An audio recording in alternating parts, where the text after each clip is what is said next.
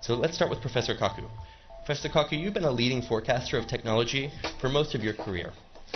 What do you think about the digital revolution that we've seen so far? Where is it going, and how might it interact with other forms of technological revolution in science, such as biotechnology?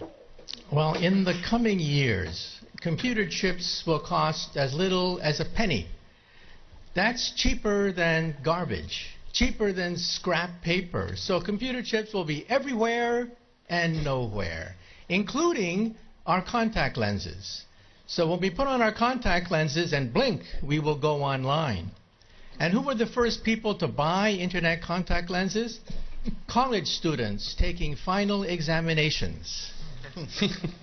This means that my students will blink, and they will not have to memorize all the things I've been talking about. This is going to revolutionize education, because we cannot force students to memorize things that they can simply blink and get. And then if you feel sick, you will blink and see RoboDoc. RoboDoc is artificially intelligent, talks to you in plain English or Russian or whatever, speaks any language, accesses the entire internet for sound medical advice, almost for free. This is going to revolutionize the medical establishment. We'll still have doctors, but doctors will use RoboDoc as an aid. And if you're in a car accident in a foreign country, you don't speak the language, you'll talk to your wristwatch and talk to RoboLawyer. RoboLawyer understands the law in any country, in any language. In fact, I personally believe that artificial intelligence, the robotics industry, will eventually become bigger than the automobile industry of today, because your automobile will become a robot.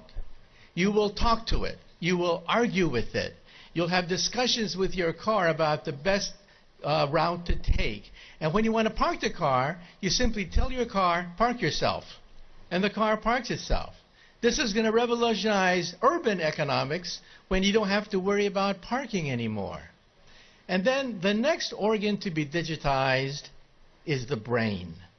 You may not know this, but 2 years ago, scientists were able to upload the first memories.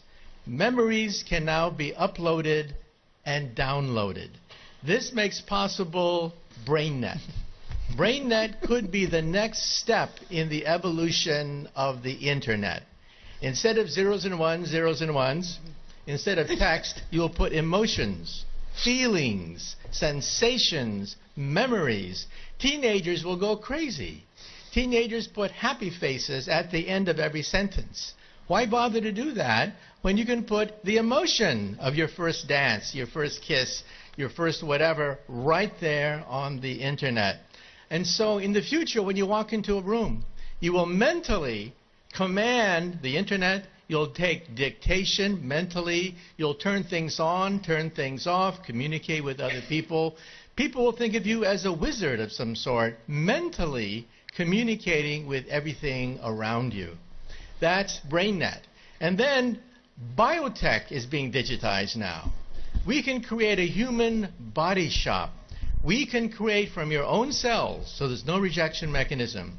We can create skin, bone, cartilage, noses, ears, blood vessels, heart valves, bladders. Complete windpipes can be grown in the laboratory. The next organ to be grown, by the way, is the liver. So for all you alcoholics in the audience, take heart. We may be able to grow your next liver. So even the economy is now being digitized into something I call perfect capitalism. You see, capitalism is based on supply and demand. But you don't know who's cheating you when you buy something. You don't know what the profit margin is. In the future, your contact lens will scan everything in a store, tell you who's cheating you, tell you who has the best product, what is the profit margin on every single thing that you can scan with your contact lens. And so capitalism becomes perfect. Perfect supply and demand. This means that there are winners and losers. The losers will be middlemen. Because why did Amazon become so big? Why did Airbnb? Why did Uber become so quickly so large? Because they digitized the middlemen. So I tell my friends, if you want to become a billionaire, take an industry. Take any industry. Write down all the places where there's friction, where there is middlemen, where there's obstruction, where there's frustration. List all the places in any industry, digitize it, and you too could become another Amazon founder. Thank you, Professor.